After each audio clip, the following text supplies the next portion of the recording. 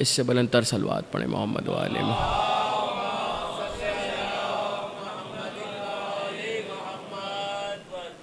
हाज़ीन गिराम क़द्र, अज़ादारान इमाम मज़लूम, अशरे अरबईन की 7वीं तकरीर आप हज़रात मिनाजुल हुसैन में समाअत फरमा रहे हैं।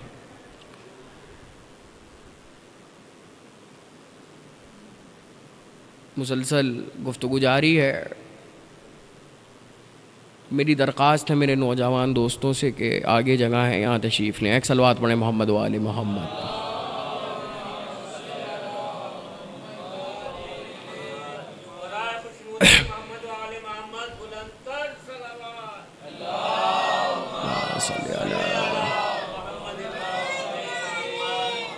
सत्रह सफ़र है आज, और ये तो बताने की ज़रूरत नहीं कि आज का दिन किससे मंसूब है।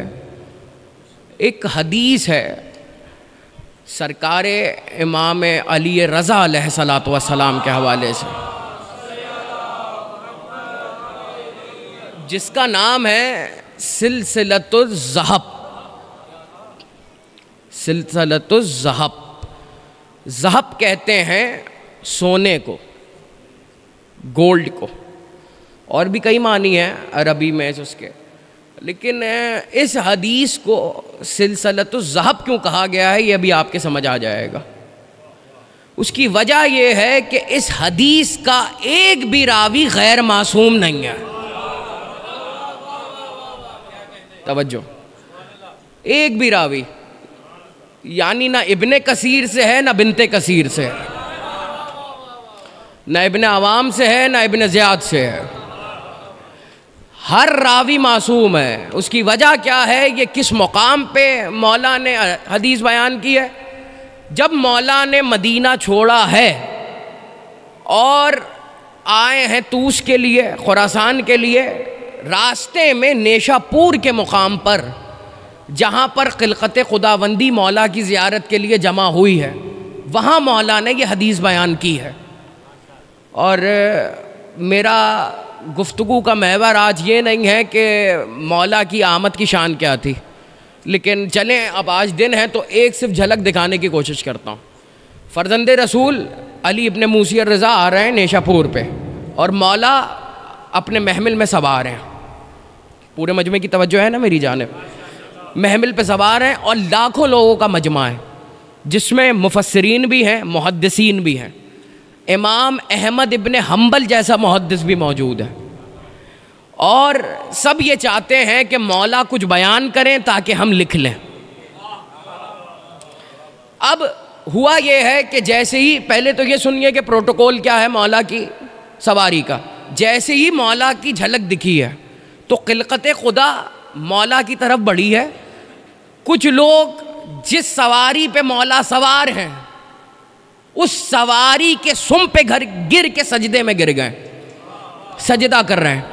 कुछ लोग जहाँ मौला की नालैन है, जहाँ मौला के पाँव हैं, उन पाँव का बोसा दे रहे हैं, आँखों से लगा रहे हैं। और सवारी जैसे जैसे आगे बढ़ रही है कि जो मिट्टी है वो उठाकर तबर्रुकन रख रहे हैं।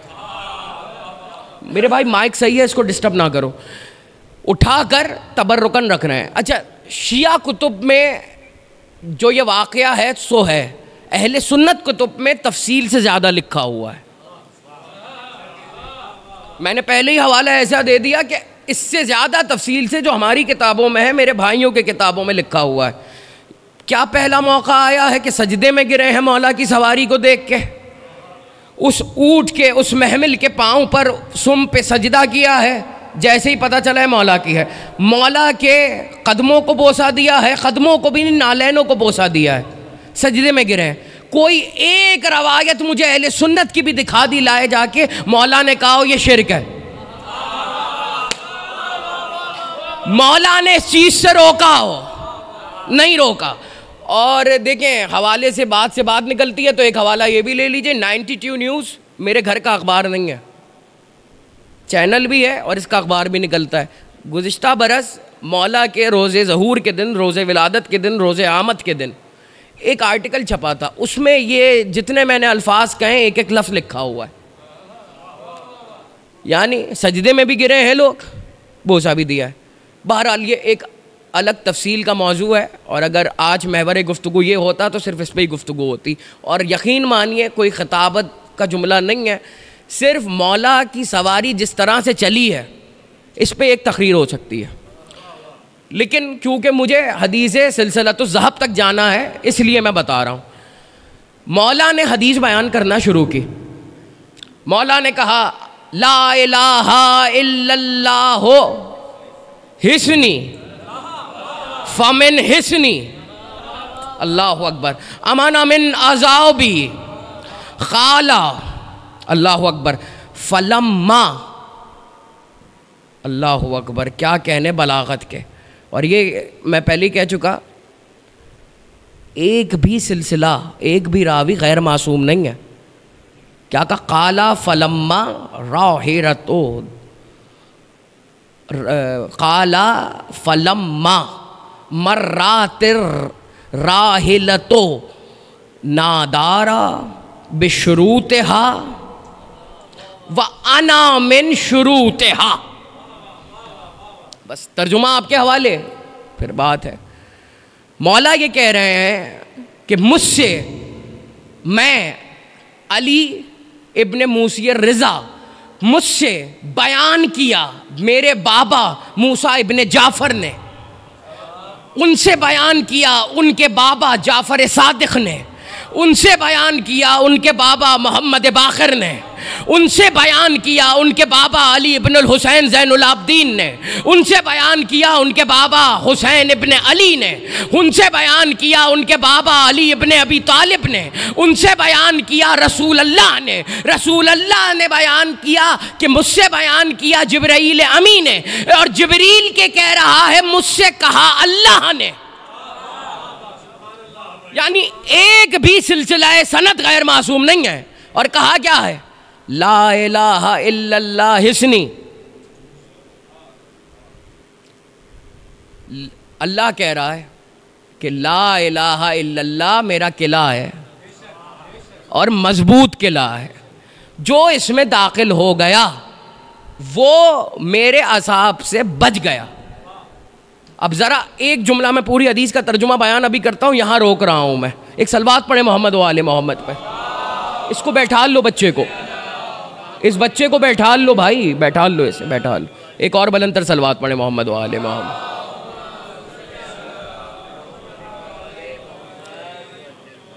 इस मंजिल पे ज़रा रुकिए। क्या कहा मौला अल्लाह ने कि जिसने, जो इसमें दाखिल हो गया, क्या है? ला इलाहा इल्लल्लाह मेरा किला है। एक बात याद रहे, किला भी अल्लाह का है, अजाब भी अल्लाह का है।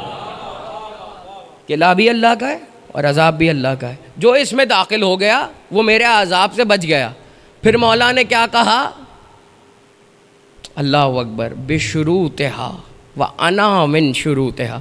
लेकिन इसकी कुछ शराइत हैं और इन शर्तों में से एक शर्त मैं हूँ। भाई बड़ी तवज्जो रहे। मुझे नहीं पता आपने अब तक इमाम रज़ा को किस जाविये से देखा है या किस जाविये से मौला पे गुफ्तगू सुनी है, लेकिन बात तौफीक मोहम्मद व आले मोहम्मद, ये हदीस मुझे आप तक पहुँचानी थी, वो मैंने पहुँचा दी और इसी जाविये पे गुफ्तगू होनी है। मौला ने क्या कहा? ला इलाहा इल्लल्लाह अल्लाह का एक मजबूत किला है और इसमें जो दाखिल हो गया वो अल्लाह के अजाब से बच गया, लेकिन इसकी कुछ शराइत हैं और उन शराइत में से एक शर्त मैं हूँ। मौला ने बयान कर दी बात। और एक बात याद रखिएगा, ये हदीस शुरू हुई है जब नाका रुका है मेरे मौला का, लेकिन पूरी हदीस तब हुई है कि नाका चल रहा था और मौला बयान कर रहे थे। और मंजर अब मैं दिखाता हूँ आपको। लाखों मुहद्दिसीन मौजूद, और आपने देखा होगा करबला गामे शाह में जब सवारी निकलती है मौला की, तो जब लाखों का मजमा होता है तो कई दफ़ा ऐसा होता है जो बेचारे पीछे होते हैं वो कभी आगे आ जाते हैं, कभी आगे वाले पीछे चले जाते हैं। इसकी वजह क्या होती है? क्योंकि जो जहाँ खड़ा रहता है वो नहीं चल रहा होता, मजमा उसे चला रहा होता है। लेकिन कमाल ये है लाखों लोग मौजूद हैं और ज़्यादातर लोग मौला की सवारी से लिपटे हुए हैं, तो कोई आगे पीछे नहीं हो रहा है। इमाम अहमद इब्ने हम्बल मौला के नालैन से लिपटे हुए हैं। लिपटे हुए हैं। और जुमला सुनेंगे क्या कहा है और क्या मार्फत का जुमला कहा है इमाम अहमद बिन हम्बल ने। जिस वक्त मौला ने असनाद बयान की है इस हदीस की, अभी हदीस नहीं बयान की कि मुझसे मेरे बाबा ने और उनसे उनके बाबा ने और अल्लाह तक लेके गए हैं, तो उन्होंने कहा सुनो इस सिलसिले सनद को लिख लो, तुम सब लोग लिख लो, और अगर कोई पागल हो गया हो तो उस पर पढ़कर फूंक देना, उसकी अकल वापस आ जाएगी।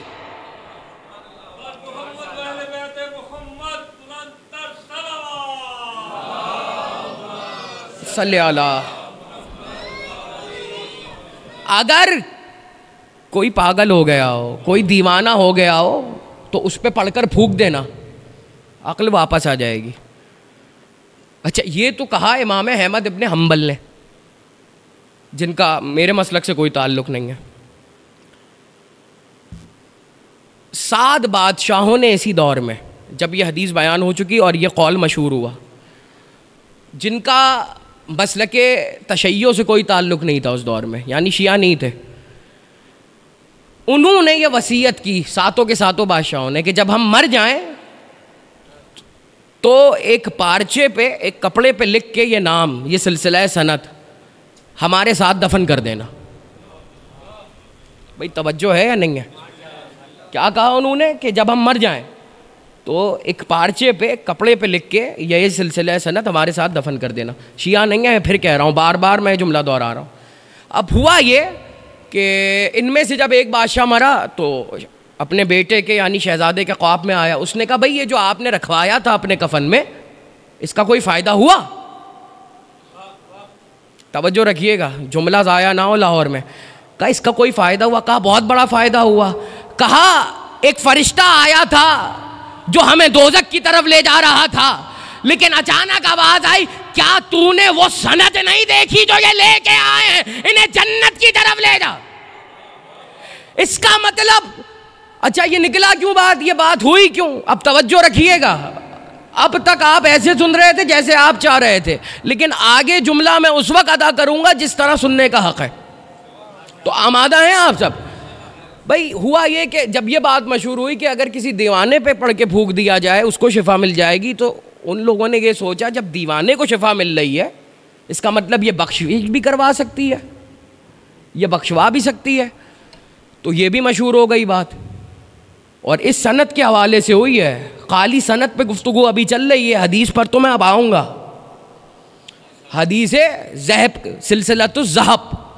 अच्छा, क्यों कहा गया सोने का सिलसिला, या इस तरह इसको लीजिए कि सोने से, सोने के पानी से लिखने वाली चीज़ या सुनहरी हरफों से लिखने वाली चीज़। देखिए कभी कभी सोना बहुत महंगा भी होता है, कभी कभी बहुत सस्ता भी होता है। बड़ी तवज्जो है। कभी कभी सोना 2 कौड़ी का भी हो जाता है, और कभी कभी सिर्फ किसी के बिस्तर पे सोना इतना महंगा हो जाता है कि जो सोकर उठता है तो अल्लाह की मर्जियां खरीद कर उठता है। कभी कभी सोना इतना भी कीमती होता है, और कभी कभी 2 कौड़ी का ऐसा हो जाता है कि चांदी बड़ी कीमती नजर आती है, और चांदी तब कीमती नजर आती है जब बैत फातिमा में फिजा की सूरत में नजर आए।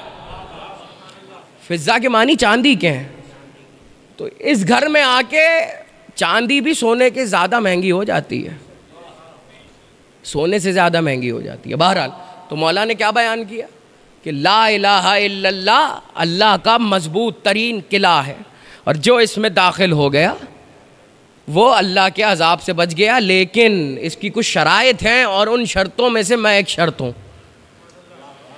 बयान कौन कर रहा है? मेरा मौला अली रज़ा कर रहा है। अब यहाँ इस मंजिल पे मैं एक सवाल आपसे करना चाहता हूँ। मौला ने ये कहा है शर्तें हैं, ये नहीं कहा है शर्त है, शराइत हैं, शुरूत है, और इन शराइत में से मैं एक शर्त हूँ। आ गए खुरासान। अबू सलत ने पूछा, मौला एक बात तो बताएं, आपने कहा है शराइत हैं, तो ये शराइत कितनी है, और इन शराइत में कौन कौन शामिल है? मौला ने, अच्छा अबू सलत का स्टेटस सुन लीजिए, जिस तरह सलमान फ़ारसी मौला अली के लिए हैं, जो बोल सकता है कम से कम वो तो बोले। भाई 14 अगस्त ज़रूर है, लेकिन ज़रूरी नहीं है अल्लामा इकबाल की तरह मजलिस सुने सोचते हुए। और ये तो मैंने पहली मजलिस में ही अर्ज़ कर दिया था कि कभी भी दात खतीब को नहीं दी जाती, गदीर पे दी जाती है। आपकी तायीद खतीब की नहीं होती, गदीर की होती है। तो क्या कहा, स्टेटस ये है अबू सलत का कि जिस तरह सलमान मोहम्मदी हैं मौला अली के लिए, उस तरह मौला रज़ा के लिए अबू सलत है। का अबू सलत 14 शराइत हैं और मैं इन 14 में से 8वीं शर्त पर हूं। अब जुमला सुनिएगा अगला मौला का। कहा मौला ये सारी शराइतें जरूरी हैं? कहा जरूरी नहीं है, वाजिब हैं, बस इसी मंजिल तक लाना था। अब एक बात याद रखिएगा, कुछ गलत फहमियां इस दौर में फैलाई जा रही हैं कि नहीं जी वो 6 इमामों को मानते हैं यही बहुत है, वो 5 को मानते हैं। मैं बोरी और आगा खानियों की बात कर रहा हूं। मानते होंगे लेकिन उनका मजहब शिया से कोई ताल्लुक नहीं है।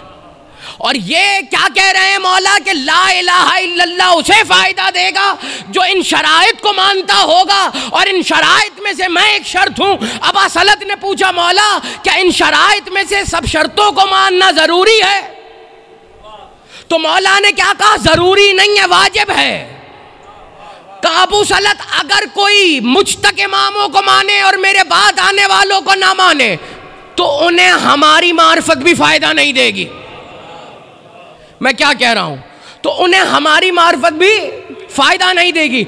और कहा अगर कोई अली को माने, अली के बेटों को ना माने तो उसे अली की मार्फत फायदा नहीं देगी। अच्छा आइए यह मसला एक और तरह से मैं आपको सुनाता हूं। भाई आमादा है मेरी तरफ या नहीं है, तवज्जो है या नहीं है? एक हदीस है जो साए सत्ता में भी मिलती है, मेरे और आपके नबी सरकार मोहम्मद मुस्तफ़ा सल्लल्लाहु अलैहि वसल्लम मोहम्मदम वाले मोहम्मद ने फरमाया मेरे बाद 12 इमाम होंगे। मेरे नबी ने फरमाया मेरे बाद 12 इमाम होंगे, और फिर ये भी कहा अव्वलोना अली ही व आखिरोना मेहदी, जिसमें पहले का नाम अली होगा, आखिरी का नाम मेहदी होगा। रसूल अल्लाह ने पहले और आखिरी का नाम बता के दरवाजे बंद कर दिए। अब कोई अपनी मर्जी से इमाम नहीं बना सकता, नहीं बना सकता। पहला अली है, आखिरी मेहदी है। तो अब कोई भी ये नहीं कह सकता कि रसूल ने तो नाम बताए नहीं थे। तवज्जो है या नहीं है? रसूल अल्लाह ने क्या कहा, मेरे बाद 12 इमाम होंगे और कुरैश से होंगे, जिसमें से पहले का नाम अली होगा, आखिरी वाले का नाम मेहदी होगा। रसूल अल्लाह ने नाम बताकर दोनों दरवाजे बंद कर दिए। अब कोई अपनी मर्जी से इमाम नहीं बना सकता, क्योंकि यह हक अल्लाह को हासिल है। भाई देखें, सीधी सी बात है, मज़हब शिया का ये अक़ीदा है कि हमारे यहाँ खलीफा हो या इमाम हो, अल्लाह मुंतखब करता है। ऐसा है या नहीं है? और अगर ऐसा अक़ीदा नहीं है तो फिर बिरादरान में और आपके अक़ीदे में कोई फ़र्क नहीं है। हमारा मामला गदीर से मिलता है, सक़ीफ़ा से नहीं मिलता। मैं जुमला कह रहा हूँ। तो क्या कहा मौला ने, इसकी कुछ शराइतें हैं। तो अब जुमला कहने का मुझे ये हक़ तो है ना, जैसी शर्त इमाम अली रज़ा हैं वैसी ही शर्त मोहम्मद तक़ी हैं।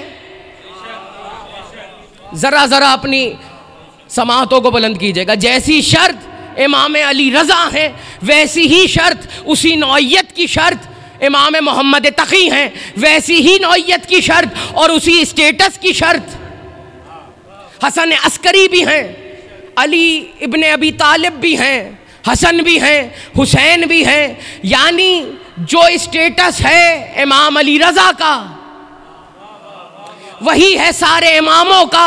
जो मुकाम व मर्तबा इन आइम्मा का है वही इमाम अली रज़ा का है। और इमाम ये कह रहे हैं कि मैं इन शराइत में से एक शर्त हूँ, तो अब ये तो जुमला कहने की मुझे इजाजत है कि इन शराइत में से अगर कोई एक शर्त को भी ना माने वो कुछ भी हो सकता है, शिया नहीं हो सकता। सलवात पढ़े बुलंद आवाज से मोहम्मद व आले मोहम्मद।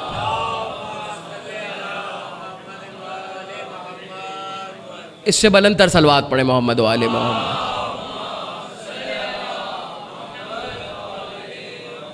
तवज्जो है अजीज़ान गिरामी, क्या कहा रसूलुल्लाह ने? और साए सत्ता में ये हदीस मौजूद है, सिर्फ मज़हब अहले बैत की और शिया किताबों में नहीं है मौजूद, साए सत्ता की किताबों में मौजूद है कि मेरे बाद 12 इमाम होंगे जिसमें पहले का नाम अली है और आखिरी का नाम महदी है। रसूल अल्लाह ने ये बोल कर, ये कह कर दरवाज़ा बंद कर दिया। अब कोई अपनी मर्ज़ी से इमाम नहीं बना सकता, बिल्कुल उसी तरह जैसे कोई अपनी मर्ज़ी से वली नहीं बना सकता। बड़ी तवज्जो रहे, अगर आज मेरा ये मौजू होता तो मैं आयत भी ये पढ़ता और फिर बताता कि वली क्यों नहीं बना सकता, लेकिन इंशाअल्लाह बशर्ते हयात कल इस पर गुफ्तगू होगी। अभी ये सुनिए कि ये शराइत हैं। तो रसूल अल्लाह ने तो कह दिया भाई पहला अली है और आखिरी महदी है, और ये कहते ही कि मेरे बाद 12 इमाम हैं और कुरैश से होंगे, पहला जिसमें अली है, जिसका नाम अली है, और आखिरी महदी होगा। रसूल अल्लाह ने ये बोला, ये फरमाया और दरवाज़ा बंद कर दिया। अब कोई अपनी मर्ज़ी नहीं कर सकता। अब एक बात याद रखिएगा, हालात हाज़रा आपके भी जहन में है, मेरे जहन में भी हैं, और इसी शहर लाहौर से तौहीन इमाम की गई है और गुज़िश्ता दिनों की गई है। मैं एक वाक़या पहले अपने बुज़ुर्गों को सुना दूं, क्योंकि मेरा ताल्लुक़ कराची से है, और हुआ ये कि ये वाक़या जो है कहीं किताबों में तो नहीं छपा, लेकिन अभी भी कई बुज़ुर्ग ऐसे ज़िंदा हैं जो इस वाक़े के ऐनी शाहिद हैं। 1960 में बोरियों ने अबुल फ़ज़ल की ज़री तैयार करवाई, मौला अब्बास की, कराची में तैयार हुई। अब उन्हें कराची से तैयार करवा के लेके कहाँ जानी थी? इराक़। तो 1960 का वाक़या है। जब ज़री तैयार हो गई तो खारादर के इमाम बारगाह में एक मजलिस मुनक्किद हुई। उस मजलिस के बाद उस ज़री की सबको ज़ियारत करवाई गई, क्योंकि जानी तो इराक़ है ना, लेकिन यहाँ ज़ियारत हुई सबकी, सबने ज़ियारत की उस ज़री की। उसके बाद ज़री को खोला गया और रवाना किया गया। ज़री पहुँच गई इराक़। भाई तवज्जो है या नहीं है? पहुँच गई इराक़। अब हुआ ये कि जो पुरानी ज़री नस्ब थी अबुल फ़ज़ल की, उसको खोला गया, क्योंकि नई ज़री नस्ब होनी थी। दरवाज़े सारे बंद किए गए, क्योंकि ज़री नस्ब हो रही थी। ज़व्वारों को आना तो अलाउ नहीं था, इजाज़त नहीं थी ज़व्वारों के आने की। हुआ ये कि जो नई ज़री आई थी, इसकी पैमाइश पहले भरपूर तरीक़े से और अहसन तरीक़े से हो चुकी थी। इंजीनियर्स आए थे, सब ने पैमाइश की थी और नापी थी हर चीज़, बिल्कुल हर चीज़ लिख कर गए थे। लेकिन अब हुआ ये कि जब आई ज़री और तनसीब करी जाने लगी तो 4 इंच छोटी पड़ गई, तो 4 इंच छोटी पड़ गई। अब हुआ ये कि बोरी ये कहने लगे, वो लोग जो थे साहिब मामला, कि जो ताबूत है ऊपर, जो आप ताबूत देखते हैं, उसको 4 इंच काट दिया जाए। तो बहरहाल ये काफ़ी दिनों तक ये बहस लगी रही और इतने दिन बंद रहा रोज़े का दरवाज़ा। हुआ ये, सरकार मोहसिनुल हकीम अलैहिर्रहमा ज़ियारत के लिए तशरीफ़ लाए, शब जुमा थी, और उन्होंने देखा दरवाज़ा बंद है, तो बड़े गुस्से में पूछा क्या सबब है कि आज शब जुमा है और दरवाज़ा बंद है। तो उनको बताया आका तनसीब हो रही है ज़री की, इस वजह से बंद है और ये मसला पेश आ गया है। तो उन्होंने एक जुमला कहा, और इस जुमले की मार्फत को समझने की कोशिश कीजिएगा कि आकाए मोहसिनुल हकीम ने क्या जुमला इरशाद फरमाया है। उन्होंने कहा, मैं ऐसी ज़री को नहीं मानता जो ज़ियारत अबुल फ़ज़ल में अज़ादारों के लिए हायल हो रही हो। हटा दो ज़री को, पुरानी ज़री लगा दी जाए। उन्होंने अपने 4 शागिर्दों को भेजा और जाके कहा कि देख के आओ मसला क्या है। वो गए, अब उन्होंने मुआयना किया, आकर हर चीज़ बताई, हर बारीकी बताई। उसमें एक शागिर्द ने कहा, आगा मैं ये समझता हूँ कि मसला ये है, और वो मसला क्या है कि बोरियों ने ज़री के अंदर अपने इमामों के नाम लिखे हैं। कुछ नहीं समझे आप?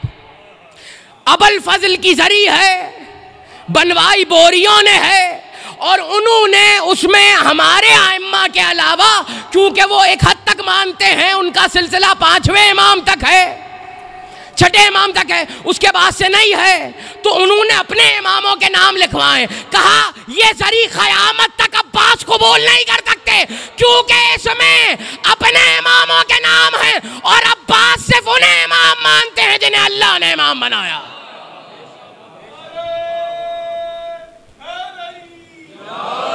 अब्बास सिर्फ उन्हें इमाम मानते हैं जिन्हें, जरा बुलंद आवाज से बोलिए, अल्लाह ने इमाम बनाया है। तो जो लोग आज ये तजवीज पेश कर रहे हैं कि जैसे आगा खानी कामयाब है और बोरी कामयाब है, पहली बात तो यही रुक जाइए, हदीस किसा में कब ये आया कि बोरी कामयाब है, कब ये आया कि आगा खानी कामयाब है? जुमला तो ये आया, या अली तुम कामयाब हो और तुम्हारे शिया कामयाब।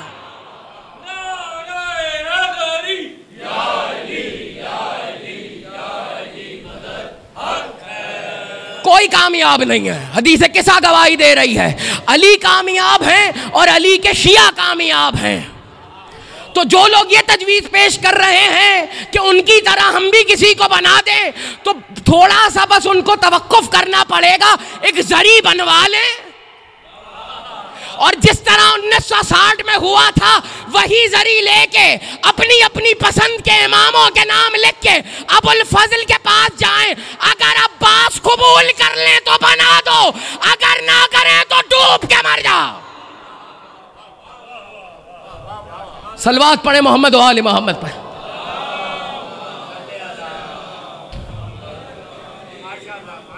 तवज्जो है या नहीं है?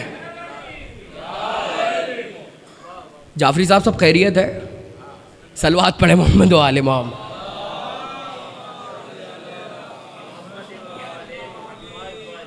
इससे बुलंदतर सलवात पढ़े मोहम्मद।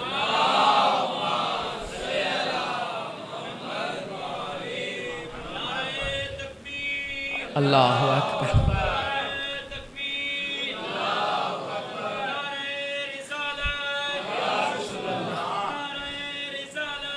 यार मिलके दोनों हाथ बुलंद करके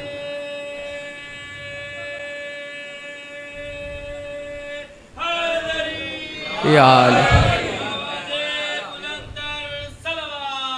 अल्लाहुम्मा सल्लि अला मुहम्मद व आले मोहम्मद। हदीस किसा बताएगी कौन कामयाब है और कौन नाकाम है। या अली तुम कामयाब हो, तुम्हारे शिया कामयाब हैं। और सुनो एक बात याद रखिएगा, अब आई गई है गुफ्तगू मौला अली रज़ा से इमाम ज़माना तक, तो ये मेरा अक़ीदा है कि मिंबर पे सिर्फ वही बयान कर सकता है अली का चाहने वाला, जो वहाँ से इज़्न होता है। लेकिन याद रहे चाहने वाला हो तो वो बयान करता है। तो इमाम का जिक्र आ गया है तो एक बात सुन लीजिए। साहिबुल असर व ज़मान अजल्लल्लाहु ताला फ़रजहु शरीफ, मेरे मौला का स्टेटस ये है, इमाम ज़माना साहिबुल असर, क़ुरबान जाऊँ मैं अपने मौला की ज़ात के, जो ग़ैबत में रह कर भी हम पर करम रख रहे हैं। अगर कोई आज ये सवाल करता है कि जी ज़रूरत तो है, वो ग़ैब में है, मेरे भाई अगर ये बात है तो अल्लाह तो कब से ग़ैब में है।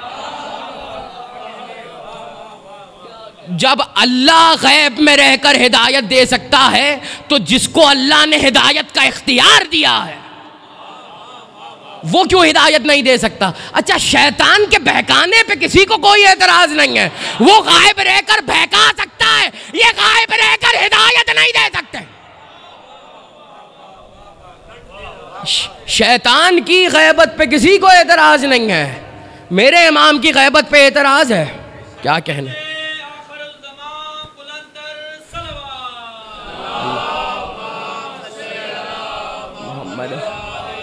भाई क्या कहने लोगों के, क्या कहने लोगों की अक्लों के, और क्या कहने कमज़ोर और मफलूज अक़ीदों के। और ये मेरा मौजू नहीं, अगर मौला ने तौफीक अता फरमाई तो जो मजालिस रह गई हैं तो मैं उसमें किसी एक दिन साहिबुल असर का खुतबा पेश करूँगा। मेरा इरादा है ये, अल्लाह करे पूरा हो। मौला जब आएंगे, खुतबा नहीं सुना रहा अभी, तो होगा क्या? काबे की दीवार से टेक लगाएंगे, जुल्फ़कार को अपना असा बनाएंगे, तवज्जो रखिएगा, असा बनाएंगे जुल्फ़कार को अपना, और कहेंगे जिसको मोहम्मद को देखना हो मुझे देखे, जिसको अली को देखना हो मुझे देखे, जिसको हसन को देखना हो मुझे देख ले, जिसको हुसैन की ज़ियारत करनी हो मेरी ज़ियारत कर ले। जुमला कह दूं लाहौर वालों, आप और मैं क्या कहते हैं? साहिबुज़्ज़मान। मेरा मौला सिर्फ साहिबुज़्ज़मान नहीं है, मोहम्मदुज़्ज़मान भी है, अलीउज़्ज़मान भी है, हुसैनुज़्ज़मान भी है। यानी मौला वक्त के भी हुसैन हैं, जमाने के भी हुसैन हैं। अब जमाने में और कोई ये दावा नहीं कर सकता कि वो वक्त का मोहम्मद है या जमाने का मोहम्मद है। क्यों? अभी वारिस मोहम्मद जिंदा है और गैब में है। तो जमाने का मोहम्मद भी जिंदा है, जमाने का हुसैन भी जिंदा है और गैब में है। तो जब आएंगे ना मौला, तो ज़ियारत कीजिएगा वक्त के हुसैन की और ज़माने के हुसैन की। वजह क्या है भाई? मासूम का मुकाम सिर्फ मासूम ले सकता है, गैर मासूम नहीं ले सकता, नहीं ले सकता। और आने तो दीजिए ज़रा मौला को। जितनी शिद्दत से आप और मैं इंतज़ार कर रहे हैं, उतनी शिद्दत से कुछ और लोग भी इंतज़ार कर रहे हैं। इंतज़ार सब कर रहे हैं। अच्छा, क्यों कर रहे हैं? ताल्लुक़ तो हमारा है, इंतज़ार तो हमें करना चाहिए। नहीं, मानते तो सब हैं। हम इसलिए इंतज़ार कर रहे हैं कि हम हुसैन के कातिलों का हाल देखें, और दूसरे लोग इसलिए इंतज़ार कर रहे हैं, हम इसलिए इंतज़ार कर रहे हैं कि हम कातिलों का हाल देखें, और वो इसलिए इंतज़ार कर रहे हैं, उन्हें मालूम है कि कातिलीन हुसैन उनमें हैं। तो अब होगा क्या? जब मौला आएंगे, इमाम ज़माना आएंगे, तब मैं उन लोगों से पूछूंगा जो ये तजवीज़ पेश कर रहे हैं कि आगा खानियों की तरह इमाम बना ले, बोरियों की तरह इमाम बना ले। उस वक्त मौला को ये तजवीज़ पेश कीजिएगा। उस वक्त ये नहीं हो पाएगा। जितनी ज़बानें इस वक्त चल रही हैं उस वक्त नहीं चल पाएंगी। उस वक्त क्या होगा? उठेगा शोर, सफ़े कारज़ार से भागो। आमादा है या नहीं है? उठेगा शोर, सफ़े कारज़ार से भागो, बरस रही है अजल जुल्फ़कार से भागो। जिन चेहरों पे हैरानगी है, इंशाअल्लाह हैरानगी बढ़ाऊंगा। जो चेहरे शादाब हैं, मौला उनको शादाब रखे, उनके लिए दुआ है। उठेगा शोर, सफ़े कारज़ार से भागो। अगर काफिया आप बोलेंगे लाहौर वालों तो और लुत्फ़ आएगा। उठेगा शोर, सफ़े कारज़ार से, मुझे आवाज़ नहीं आई। उठेगा शोर सफ़े कारज़ार से, उठेगा शोर सफ़े कारज़ार से, बरस रही है अजल जुल्फ़कार से। इन एक की आवाज़ ज़्यादा है वैसे आपसे। उठेगा शोर सफ़े कारज़ार से, बरस रही है अजल जुल्फ़कार से, सदा किसी की नबी के दयार से, सदा किसी की नबी के दयार से भागो। कोई कहेगा निकल कर मज़ार से, खबाए जुल्म तशद्दुद को फाड़ने वाला लो आ गया दर खैबर उखाड़ने।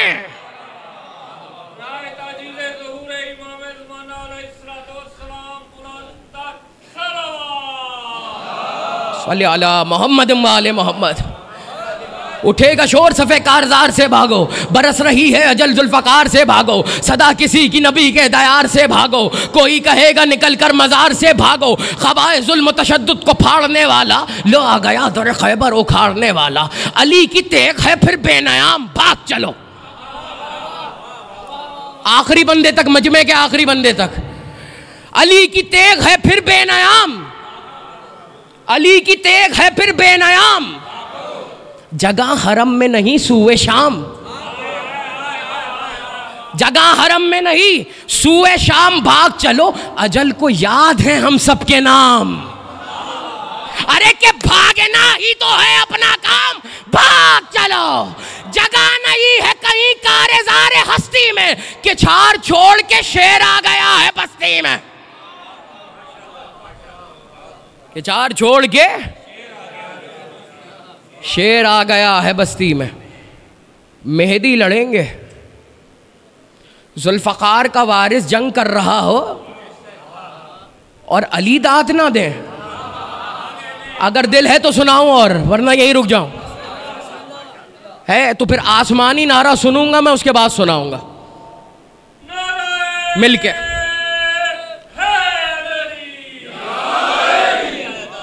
जगह हरम में नहीं, सुबह शाम भाग चलो। क्या भागना ही तो है अपना काम, भाग चलो। जगह नहीं है कहीं कारज़ारे हस्ती में कि छार छोड़ के शेख आ गया है। सदा ये होगी नजफ से कि मरहबा बेटा।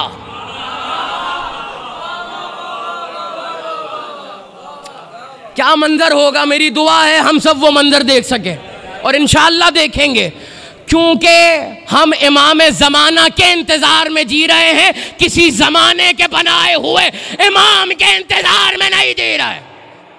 सदा ये होगी नजफ से कि मरहबा बेटा, निकाल दे दिले हैदर का हौसला बेटा। तेरे निसार तेरी जंग के फिदा बेटा, ना बचने पाए कोई बानिए जफा बेटा। मैं हद्दे सब्र में था, कारज़ार तेरी है, मिली थी मुझको मगर जुल्फ़कार तेरी है।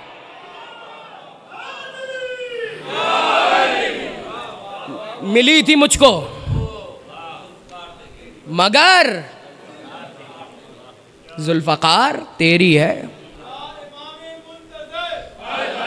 मिलके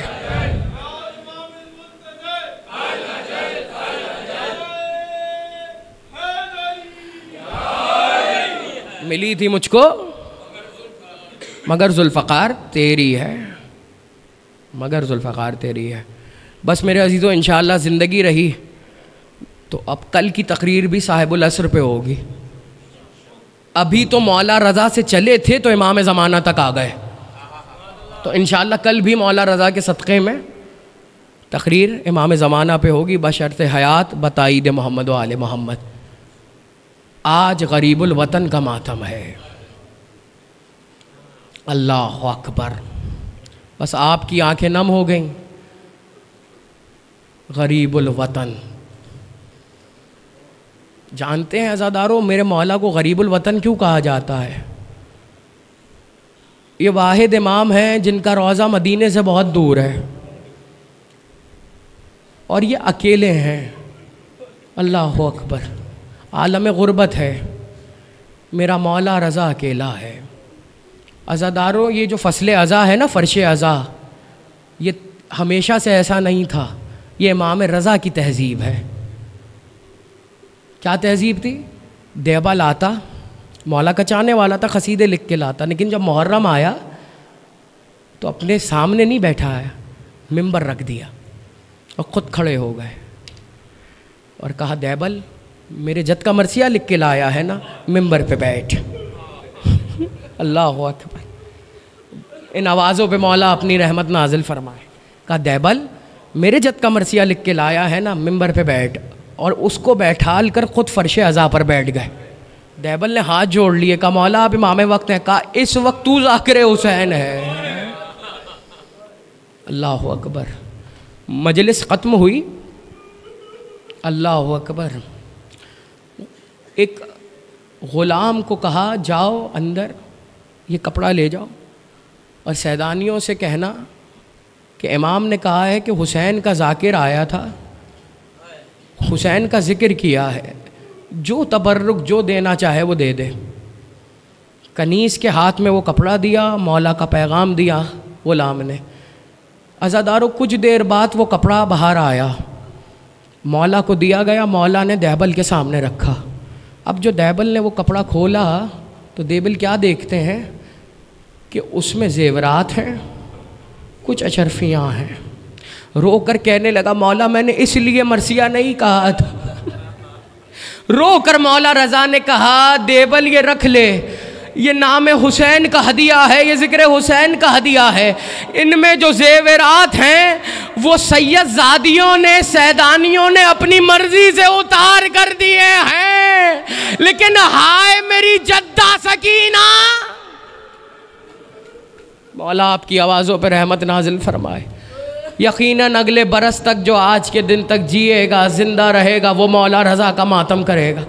अज़ादारों, मेरा अक़ीदा है आज सिर्फ फ़ातिमा ज़हरा पुरसा लेने नहीं आई हैं, बल्कि ख़ुम की वो शहज़ादी भी आई है जिसे फ़ातिमा मासूमा ख़ुम कहते हैं। आज वो भी अपने भाई का पुरसा लेने आई है। अज़ादारों, जानते हो मेरा मौला किस गुर्बत में मदीने से चला कि जब चलने लगा तमाम बनी हाशिम को बुलाया और कहा मुझे दरमियान में ले लो और घेरे में ले लो और मुझ पर गिरिया करो, और ये समझो कि बीच में कोई जनाजा रखा हुआ है, क्योंकि अब मैं वापस मदीने नहीं आऊँगा। मातम करके गिरिया कीजिए। मौला इन आवाज़ों पर रहमत नाजिल फरमाए। अज़ादारों, क़यामत का मंज़र है। मौला ने कहा मुझे जनाजा समझ कर रो लो, अब मुझे वापस नहीं आना। अज़ादारों, बस यही क़यामत का मंज़र था कि मौला चले अपने घर से। अबा सलत ने पूछा, मौला कहाँ का इरादा है? अबा सलत से कहने लगे, अबा सलत अगर वापसी पे मेरे चेहरे पे रूमाल हो तो मुझसे कोई सवाल ना करना, बस ये समझ जाना कि मुझे जहर दे दिया गया है। अज़ादारों, अबा सलत रोने लगे। गए अली रज़ा गए, मेरा मौला गया। अज़ादारों, वक्त कम होता है, तकरीर इतनी तवील नहीं हो सकती। इंशाअल्लाह मेरा कल का ये वादा है कि जो कसर आज रह गई है फ़ज़ाइल रज़ा में कल पूरी होगी। परसों की मजलिस इमाम ज़माना पे पढ़ी जाएगी बशर्ते हयात। अज़ादारों, मेरे मौला ने अबा सलत से ये कहा और गए मामून के पास। अज़ादारों, मामून ने मौला रज़ा को कुछ अंगूर पेश किए। जुमला सुनेंगे आप, क़यामत का जुमला है। कुछ अंगूर पेश किए। अंगूर पेश करना थे, मौला ने कहा मैं नहीं खाऊंगा, मैं नहीं खाऊंगा। उसने 3 दफ़ा कहा, चौथी मरतबा कहा अगर आप खुद से नहीं खाएंगे तो मैं ज़बरदस्ती खिलाऊंगा। मौला ने कहा मैं जानता हूँ इस अंगूर में जहर है, मैं जानता हूँ इस अंगूर में जहर है। अज़ादारों, अल मुख्तसर मेरे और तुम्हारे 8वें इमाम को मामून ने ज़बरदस्ती वो अंगूर खिलाए। अज़ादारों, मेरे मौला के कलेजे के टुकड़े हो गए, मेरे मौला का कलेजा कट गया, छलनी छलनी हो गया। अज़ादारों, मुझे नहीं मालूम फर्जंदे ज़हरा अपने घर तक कैसे पहुंचे। चेहरे पे रूमाल था, अबा सलत ने देखा, गिरिया शुरू कर दिया। पूछा मौला क्या हुआ? उंगली के इशारे से रोका, कहा रुक जाओ, कुछ ना पूछना, ताबूत बरामद होना है, ताबूत बरामद होना है। अज़ादारों, अभी जनाजा आएगा, मैं 2 जुमले पढ़ लूँ फिर लाना। अज़ादारों, जब जनाजा या शबीए ताबूत बरामद हुआ करे ना, शबीए जनाजा होता है, तो मेरी हाथ जोड़कर एक इल्तिमास है, इसलिए नहीं कि मैं रिजवी सैयद हूँ, किसी इमाम का ताबूत बरामद हो, तुम्हें नहीं मालूम सादात का जनाजा कितनी गुर्बत में उठा है। अज़ादारों, क़यामत का मंजर है। 2 जुमले सुनो, फिर ताबूत उठाना, जनाजे की ज़ियारत करना मौला के, और ये कहना मौला अगर हम खुरासान में होते आपके जनाजे को कांदा देते। अज़ादारों, अबा सलत से मेरे मौला ने कह दिया था मेरा वली अहद, मेरा जानशीन मोहम्मद तकी आ जाएगा, तुम फिक्र ना करना, एजाज़ इमामत से आ जाएगा। बस मौला घर में हुजरे में गए हैं, इबादत शुरू की है, यहाँ इबादत शुरू की है, वहाँ तक़ुल बाप हुआ है। दरवाज़े पे किसी ने दस्तक दी। अबा सलत कहते हैं खूबसूरत नौजवान था। मैंने पूछा आप कौन हैं? कहा बाबा ने नहीं बताया कि बेटा मदीने से आ रहा है। अज़ादारों, मेरा मौला तकी अपने बाबा के पास पहुंचा। जानते हो क्या कैफियत थी? कलेजे के टुकड़े, मेरे मौला के मुंह से गिर रहे थे और मौला कह रहे थे काश जिस तरह हसन के पास ज़ैनब मौजूद थी, मेरी बहन मेरे पास होती तो मेरे कलेजे के टुकड़े अपने हाथ में लेते। मैं कहूंगा मौला आपका बेटा तो आपके पास मौजूद था, करबला में माँ की गोद थी, हुसैन का सर था। हाय रजा, हाय इमाम रजा।